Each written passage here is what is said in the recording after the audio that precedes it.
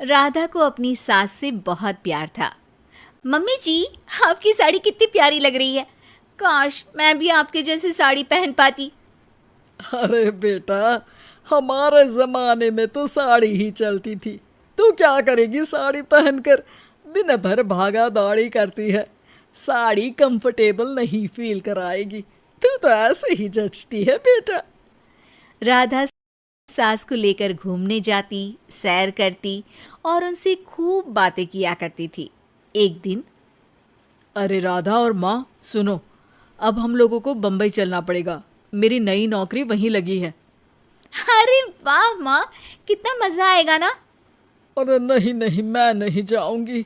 बड़ा शहर, बड़े लोग, मेरा दिल नहीं लगेगा। अरे माँ, मैं हूं ना आपके साथ। और सारा परिवार बड़े शहर में शिफ्ट हो जाता है। एक दिन, राधा, तू भी अब नौकरी में जाने लगी है। मैं तो बोर हो जाती हूँ। सोच रही हूँ आसपास की औरतों से दोस्ती कर लूँ। हाँ हाँ माँ, और क्या, यहाँ की औरतें तो किटी पार्टी और बहुत सी फन लविंग एक्टिविटी करती हैं। तो बेटा, दो चार फन लविंग से मुझे भी मिलवा देना। बहू सास के साथ बाहर निकलती है तो देखती है कि सास की उम्र की जो औरतें टहल रही हैं, उनका पहनावा ओढ़ावा सास से बिल्कुल अलग है। लेकिन फिर भी राधा एक औरत को रोकती है। Hello aunty, how are you? Oh great darling. Aunty, हम लोग यहाँ नए शिफ्ट हुए हैं। ये मेरी मम्मी है। क्या ये कल से आप लोगों को ज्वाइन कर सकती हैं? वो औरत सास की तरफ बड़ी ही अजीब नज़रों से देखती है, फिर कहती है, अब ठीक है, कल से भेज देना। सास समझ जाती है कि उस औरत को वो ठीक नहीं लगी, लेकिन फिर भी वो कुछ नहीं बोलती। अगले दिन, अरे माँ, अच्छी सी साड़ी पहनकर तैयार होकर जाइए। आपको आपकी दोस्तों के पास जाना है ना। और नहीं नहीं, मैं सोच रही हूँ घर पर बैठकर टीवी देखूं। वैसे भी रामायण का नया एपिसोड आएगा। नहीं माँ, आप जाओ ना, लोगों से मिलो, बात करो, अच्छा लगेगा। ना चाहते हुए भी सास उन लोगों के पास जाती है, लेकिन सभी सास से बुरा व्यवहार करते हैं। सास मुंह लटकाकर घर आ जाती है। बहू समझ जाती है कि सास को कुछ हुआ है। वो रोज़ सास को पार्क में भेजती, लेकिन सास रोज़ मुंह लटकाकर वापस आ जाती। क्या हुआ माँ, आप बाहर जाकर खुश नहीं होती हैं? अरे बेटा, खुश तो हूँ, लेकिन क्या माँ, आपको तो लोगों से मिलना, बातें करना अच्छा लगता था। मैं देख रही हूँ कि आजकल आप बाहर से आती हैं तो परेशान सी दिखती हैं। सास कुछ नहीं कहती, अपने कमरे में चली जाती है। अगले दिन राधा चुपके से सास के पीछे पार्क में जाती है।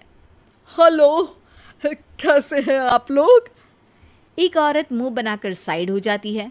सभी एक दूसरे से बात करती हैं, लेकिन राधा की सास साइड में चुपचाप अकेली बैठी रहती हैं। राधा घर आती है और सास के वापस आने का इंतज़ार करती है। सास मुंह लटकाकर घर आती है।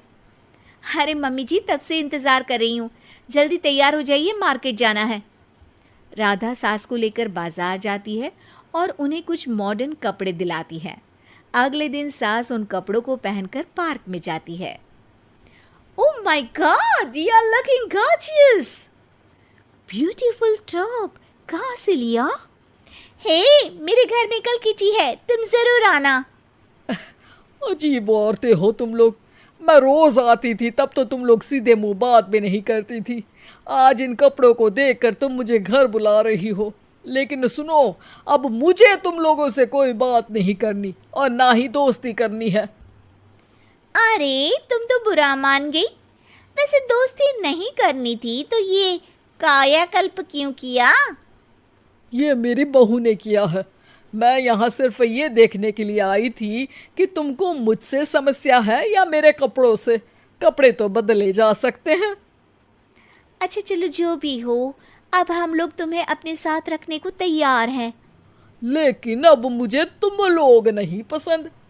ये बोलकर राधा की सास वहाँ से चली जाती है। वाह माँ जी, आज तो आपका चेहरा खिला खिला सा लग रहा है। लगता है आपकी सहेलियों ने आपको अपना लिया।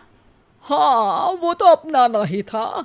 दिखावे वाली जो है वो, मेरे कपड़े बदलते ही उनका दिल बदल गया। लेकिन आज मैं उन्हें मना कर आई, अरे क्यों माँ जी?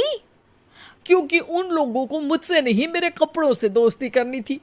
वैसे मेरे पास तो तू है ना, मेरी प्यारी बहू, मुझे किसी की जरूरत नहीं है। अरे नहीं नहीं माँ जी, आप ऐसा क्यों सोच रही हैं? बेटा, ये गलत भी तो नहीं है। जैसा देश वैसा भेष। क्यों? ठीक है ना माँ, अब जब ये हम लोगों का देश है तो क्यों ना हम यहाँ का भेष अपना ले। हाँ हाँ, जरूर, मैं तो तैयार हूँ। समय के साथ खुद को बदलने में कोई बुराई नहीं है, लेकिन कहीं नकल के चक्कर में बंदर ना दिखने लगूं। खैर, बहू लग जाती है सास की